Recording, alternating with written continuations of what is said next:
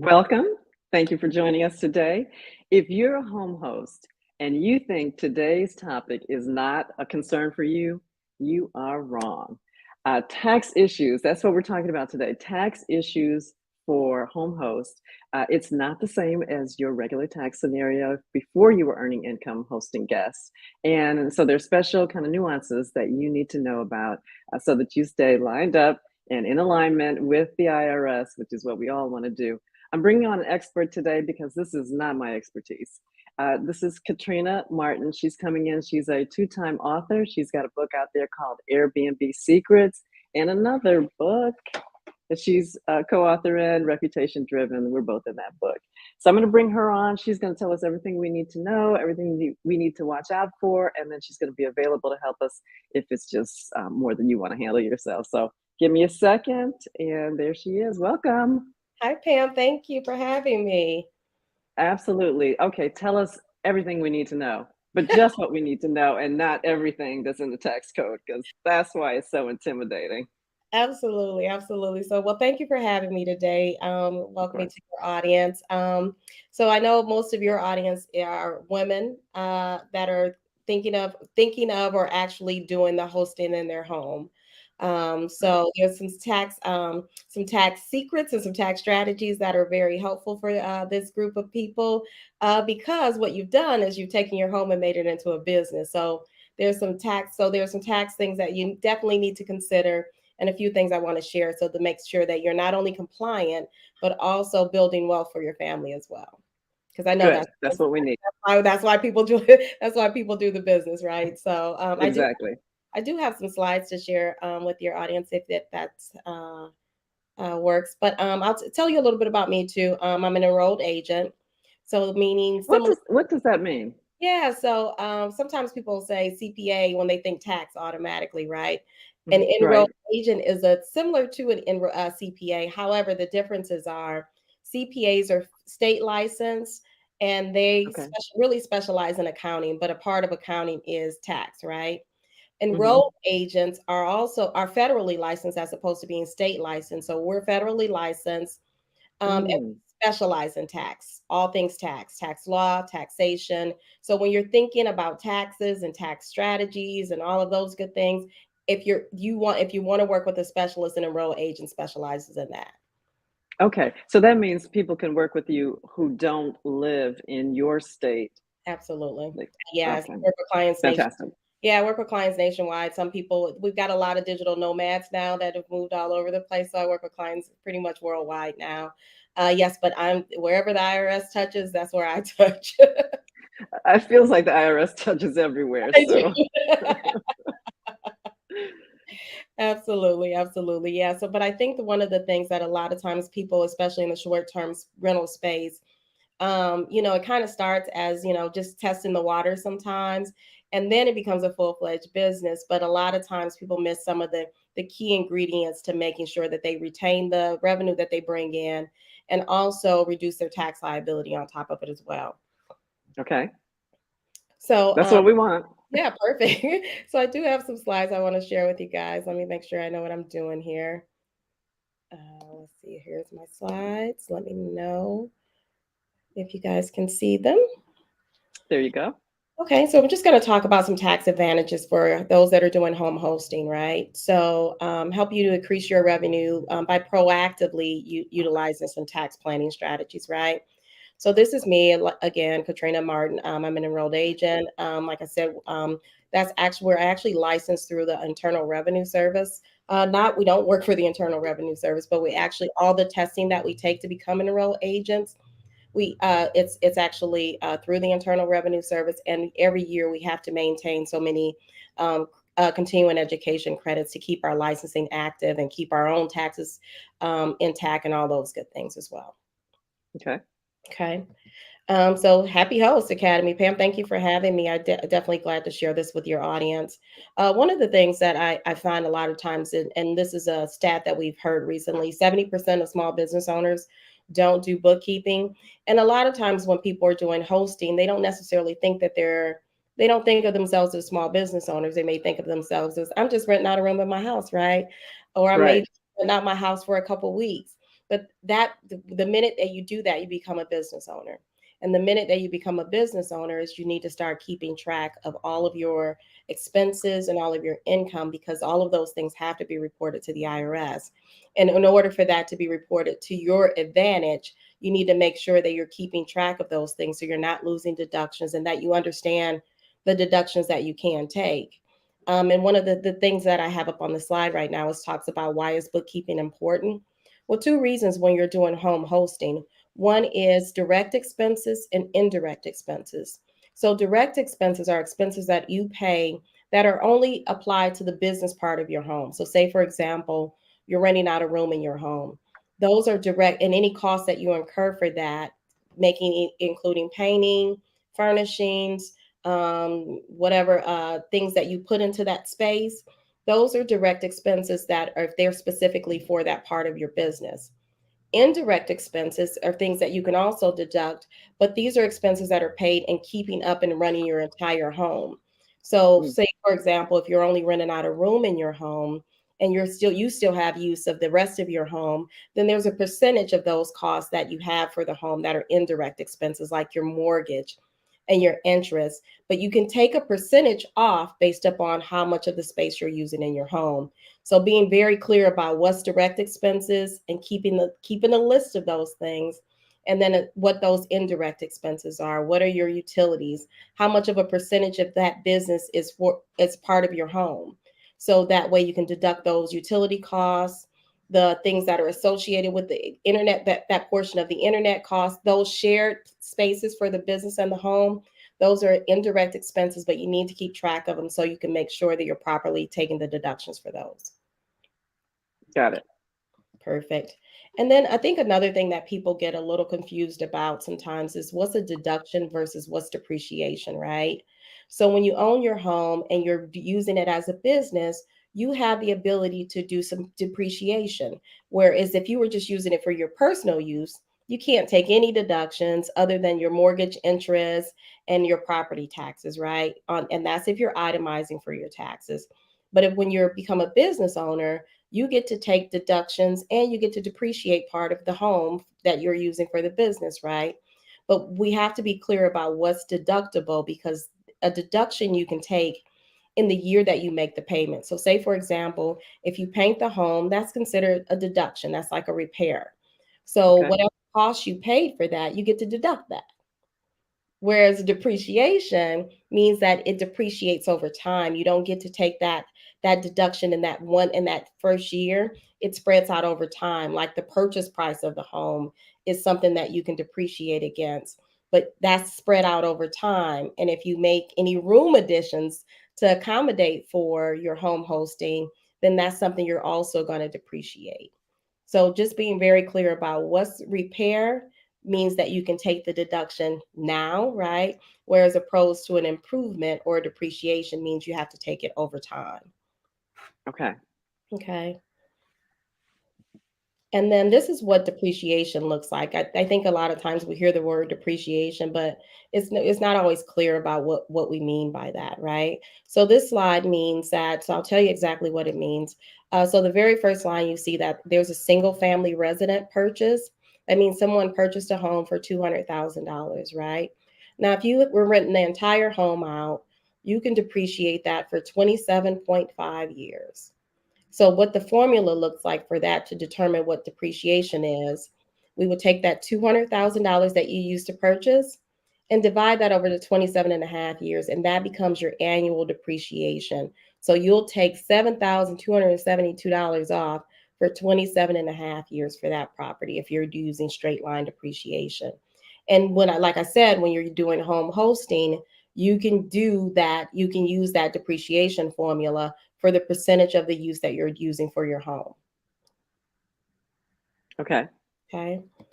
And then what one of the things that I find a lot of times when people start with the home hosting space, they may not always, like I said, a lot of times people fall into business, or they fall into this and don't necessarily think of themselves as business owners. So what they'll do is they'll not get an LLC and not really protect themselves. They may increase their insurance on their home, but they not don't necessarily think of themselves as an entity, right? But I do recommend that if you're home hosting, that you do consider becoming at least at a minimum an LLC. And you'll see here that at some point you may want to change that election. That sometimes we see about $40,000. That's when we start recommending that people start looking into maybe electing to be an S corp or something along those lines. At least we start to visit what those entities do, because at a certain point those things start to cost you, because this as a sole proprietor or a single member LLC, everything's going to live on your personal tax return. Right. And depending on how you structure your business, you could be paying an additional amount in self-employment tax. Mm. Okay. So that's why choosing the right entity matters. And that's one of the things that we help owners do, home hosts do, because a lot of times they'll stay a sole proprietor, and a sole proprietor has no protection. As you may have, like I said, the property insurance, but the LLC at least limits your liability. So say, for example, somebody decides to sue your business, because as a home host you're a business owner.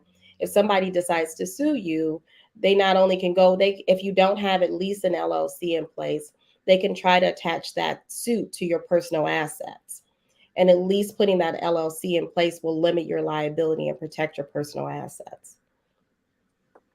Okay.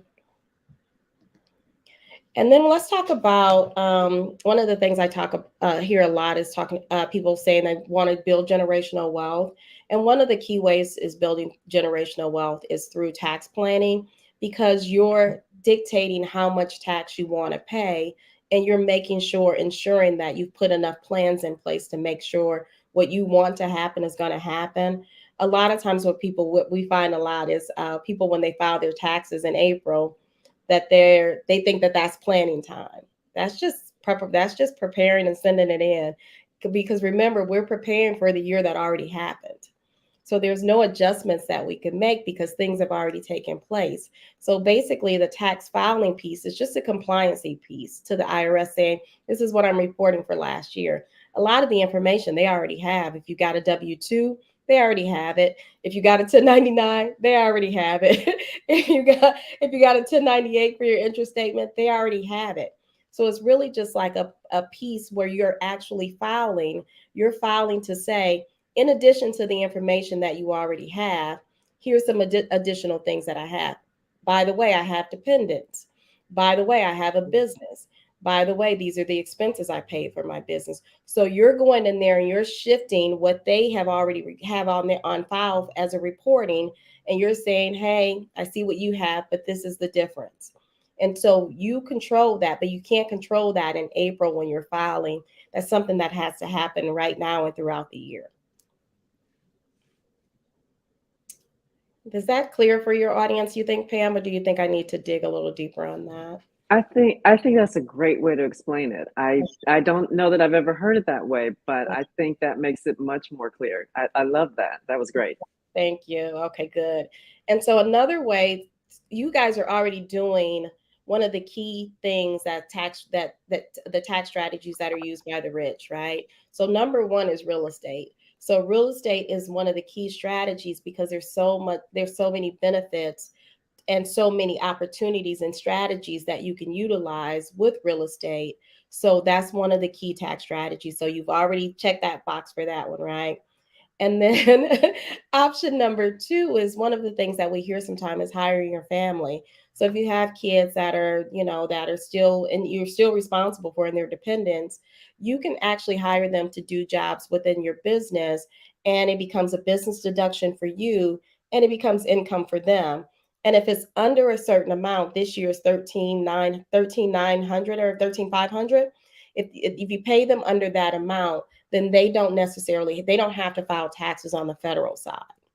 You'll have to check your state, because your state has different requirements. But federally, the standard deduction this year is 13,500. So if you pay them under that amount and they're under 18, then they don't necessarily have to file a tax return. So that's one of the secrets to hiring That's your kids. that's great. I never thought about that. I've got a teenager who is now my employee because she's going to get to work Yes, starting absolutely. today. Yes. That's great. Yeah, I never thought about that.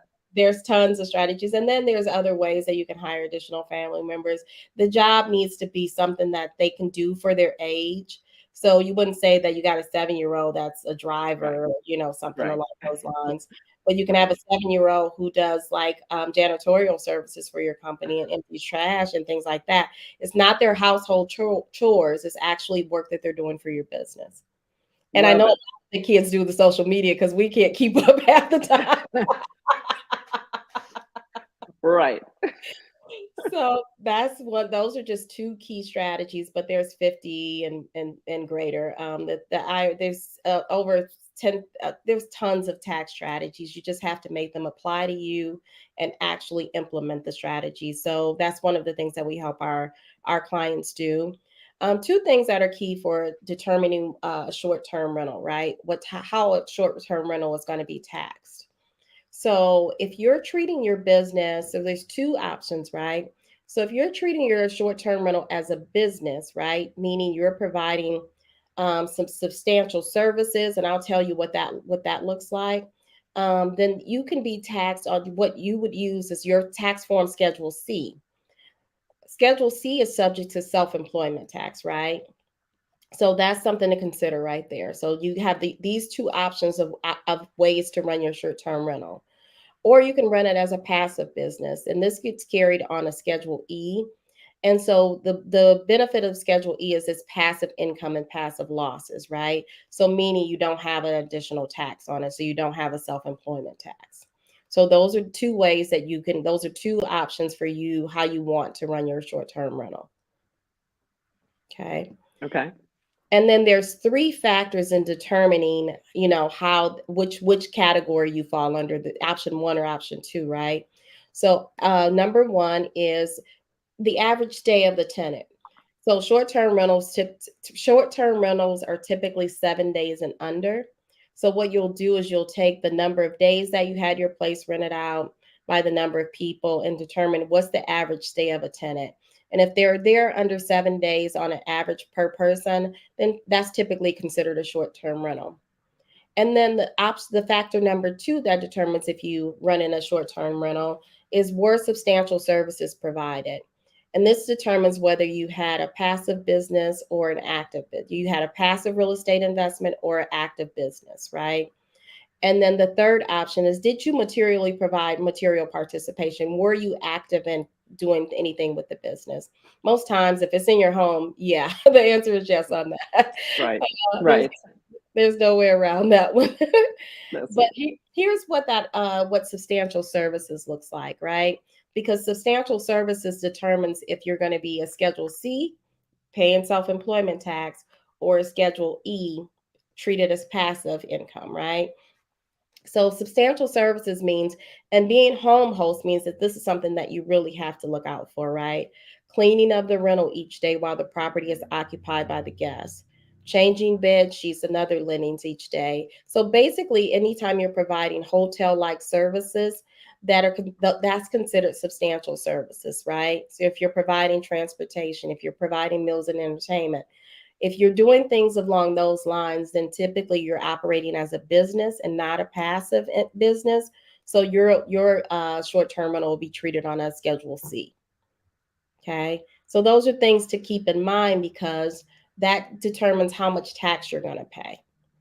So it's really important to know, what type of business you're running, and so you categorize it properly, so you'll have an understanding of what your tax liability is going to look like, and how to best move to save on taxes too. Okay. And then here's a video. I don't think I can play it on here. But I have a video that's on YouTube, and I'll share Pam, I'll send it to you so you can share with your audience as well. And I go into a little deeper about how to hire your kids, the proper way to do it, and the channels to do it. And I actually have a kit if you guys are interested in purchasing the kit that kind of gives you the contacts and all that good stuff too. I So, thought you said I have a kid. And oh no, a kit. Look, my kids are look, they're adults. okay, you're like they're not for sale though. I'm not so. Well, we could talk about it now. I'm just playing. I'm just kidding. Maybe. It's Mother's Day. We can't. No, my kids are out, they're not for sale. But you could put your kids to work. That's what you can do.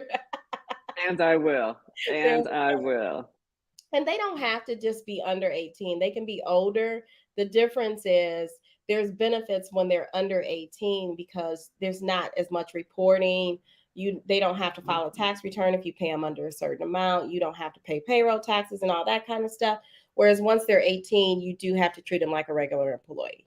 So if they're Okay. working, if either you have them as an independent contractor, you send them a 1099 at the end of the year, or if you have them as a W-2 employee, you send them a W-2 at the end of the year. Or Okay. you just give it to them because they're standing right there. To them because it's standing right there and they tell them to go file their taxes. Right. But when they're under 18, you have a little more flexibility, right? Got it. And then this is the two books that Pam that you mentioned that I have, and just a little bit more about me. We talked about me being an IRS enrolled agent. I am a veteran, so I do have a veteran-owned business through, for government. We do some contracting stuff as well. I own Wild Tax and Advisory Service based out of Michigan, but like I said, I work with clients everywhere. One of the things that my firm offers is we help people build out tax plans. And a lot of times people are like, who are tax plans for? Is it for me? It sounds like it's something for the wealthy. And actually, it's for the people that are middle class a lot of times and business owners because we're taxed at the greatest amount. The wealthy have people that are working on their behalf at all times. Think about Donald Trump. He has a whole team of people that are doing a whole team of accountants that are working on his taxes around the clock. So, of course, that he's got a tax plan that's constantly being implemented, optimized, and watched at all times. But you don't have to not have that same type of setup. We help you. We have a DIY method where we teach you how to build your own tax plan, or we have a done for you method where we build your tax plan. And this is ideal for those that are self-employed. This is for those that are high earning W-2 earners that are paying taxes out of the wazoo every year. Definitely business owners, specifically real estate investors and hosts, and even CPAs and bookkeepers want to learn this system too. So we work with them as well. Okay. And then I have put this link in here too for your audience, Pam, to book a consultation or just book a time to chat so they can learn more and we can find out, which option would be best for them and, just answer any questions that they have. And it's at buildataxplan.com. And there's some of my social channels as well. So if people want to contact or anything, but that's definitely something I wanted to open up to you just for them to book a free consultation. Thank you. That's fantastic. I can't imagine someone not wanting to take advantage of that because we all have to deal with this tax situation. Absolutely. Nobody is exempt from this. And so, why not get, some advice from an expert and then see what happens from there. Maybe, maybe that's a relationship you want to build further.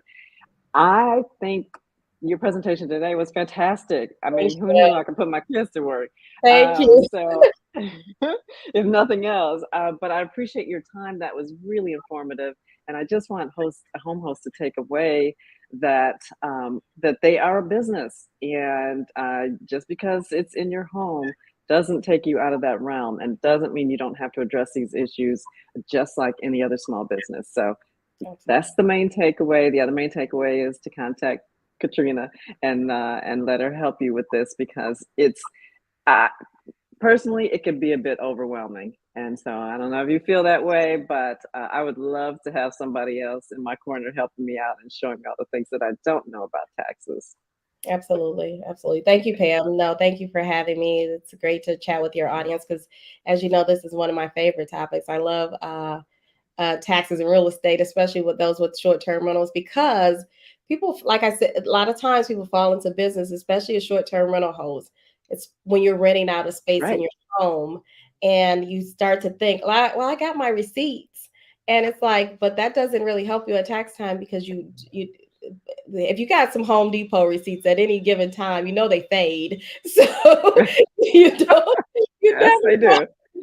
you never know what it was for. And I typically recommend that you do use a tax bookkeeping software like QuickBooks or Zero. However, you don't have to start there if you're just getting started and you just want to, you haven't really started to make the money yet, just set up an Excel spreadsheet. Build it out. Put a January tab all the way through December. Write your income for that month and detail out your expenses for that month. What did you spend in advertising? What did you spend in office supplies? What did you spend on utilities? What utilities were they? Just keep track of your information. And then once you start to earn at least $10,000, once you break that mark, set up a system, because it's a write-off. Working with an accountant is a write-off. Paying for software is a write-off. These are business deductions. So these Mhm. are paying for Taking a every. course at the Happy Host There Academy, you that's a go. That write-off. education is a write-off. So don't cheat yourself trying to save a few dollars, because it ends up costing you hundreds and thousands of dollars on the back end. Yes. Great advice. Thank you so much for your time today. Make sure, let's put that slide back up with your information. If you need to reach out, take advantage of her wonderful offer, and we'll see you next week. Bye.